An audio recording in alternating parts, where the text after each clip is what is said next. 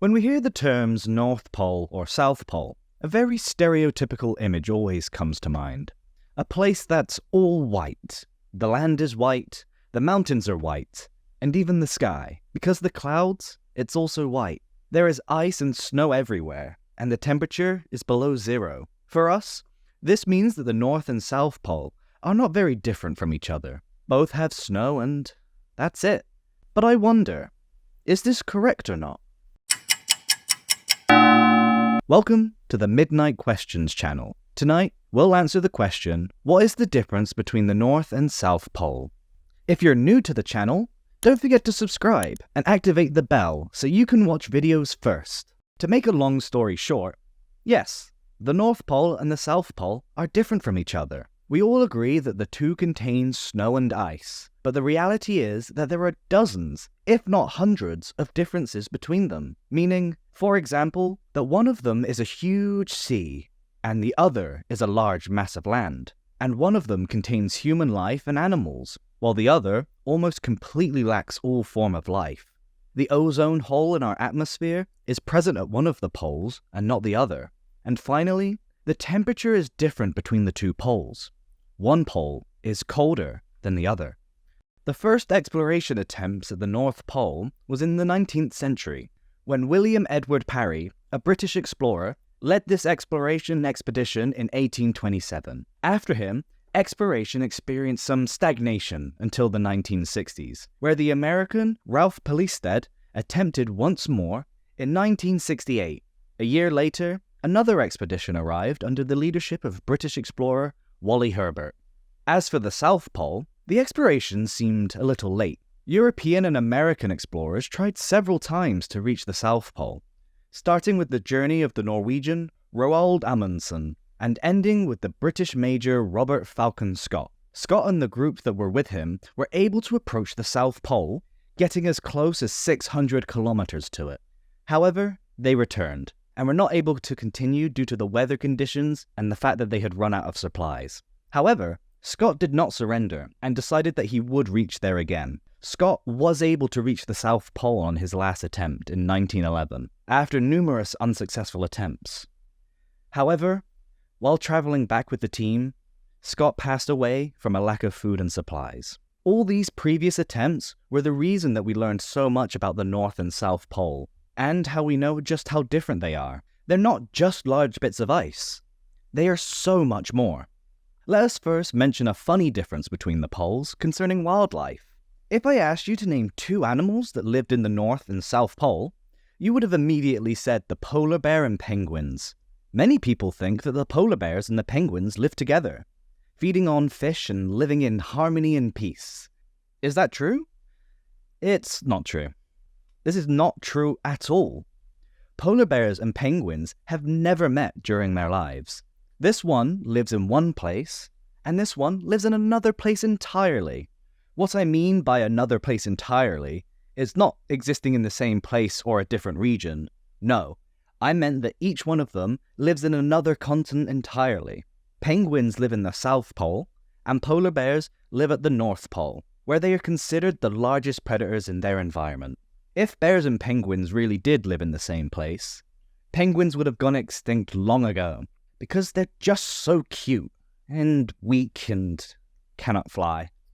Imagine a giant bear meeting a group of poor penguins. Contrary to popular belief, penguins and bears do not coexist in reality. Any depictions showing them together is fiction. Penguins live at one pole, and bears live at another.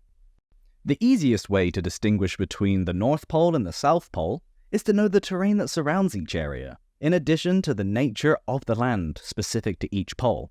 When looking at the North Pole, you'll see that it's a huge, frozen ocean completely devoid of any land within, while also bordering many other land masses. However, in the opposite part of the world, specifically the South Pole, we'll find a huge area of land surrounded by water in every direction. For this reason, the South Pole is considered one of the 7 continents and is called Antarctica. As for the North Pole, the reason this is not considered a continent is because there's no land in the place at all. Yeah, you could walk around in the North Pole, but the ground beneath your feet is nothing but ice, and that ice is just a frozen ocean. As we said, the North Pole has ice, and the Antarctic also has ice, but this fact does not prevent there being a difference in temperature between the two regions. And this difference is not just 2 or 3 degrees, it's in the tens of degrees. The South Pole is much colder than the North Pole. This is due to the height of the surface of the Antarctic compared to sea level. Most parts of the continent are located at altitudes exceeding 3,000 meters above sea level. And, as we all learned in science class, the higher the altitude, the lower the temperature. Moreover, it contains a layer of ice whose thickness is estimated at hundreds of meters. It also contains giant mountain chains located on the surface. As for the North Pole, there are no mountains or thick layer of ice, and the height of the surface of the North Pole is almost equal to sea level. This is what makes the temperature in the Antarctic reach temperatures of minus 89 degrees Celsius. And when it does get hot there, it still only reaches temperatures of minus 12 degrees Celsius. While at the North Pole, temperatures reach around minus 40 degrees Celsius, and when it becomes hot there, the temperatures rise to about minus 5 degrees Celsius. Additionally, snow falls abundantly in the Antarctic, while it rarely falls in the North Pole. And these facts were the main reasons for the spread of life in the Arctic to be so much greater than the spread of life in the Antarctic. The North Pole is home to the Eskimo tribes, who naturally inhabit the area. Also, it contains trees, plants, fish, birds, and other wild animals, while the Antarctic has almost none. A final question that comes to people's minds when talking about the poles: are these poles important? The North Pole and the South Pole are very beneficial to the Earth. First of all, they're responsible for stabilizing the temperature throughout the Earth, because they are considered very important atmospheric regulators. They are the main reason for lowering high temperatures in hot places. Thus, they give the planet a moderate and stable weather. Because of global warming and the climate change that's occurred recently, the ice has begun to melt in the poles, and the climate has become more unstable compared to before. And this is something that we're beginning to see in our current era. Well, are there any other benefits for the poles? Or is it just the softening of the general atmosphere of Earth? In reality, no. The poles, more specifically the North Pole, have a very important economic impact. In general, the North Pole doesn't belong to any country, but there are a group of countries that have borders with the North Pole. These countries are Russia, Canada, Norway, the United States of America, and finally, Denmark. Each country has a specific area of the North Pole close to its borders. These countries have the right to utilize this area and are meticulous in overseeing every aspect of it. But I wonder what people do in an icy area where there's nothing.